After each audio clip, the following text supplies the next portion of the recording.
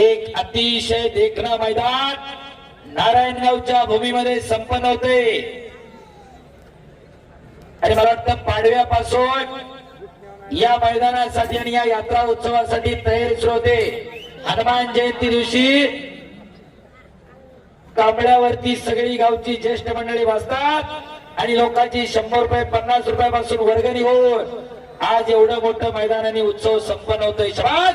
घोट्यातनं पडलेला सिकंदर पैलवाना घुटना ठेवण्याचा प्रयत्न होता. निरू गुजर पैलवानचा 3 लाख रुपये इनामाची लढत चालू आहे. खालून निघण्याचा प्रयत्न सिकंदर. अरे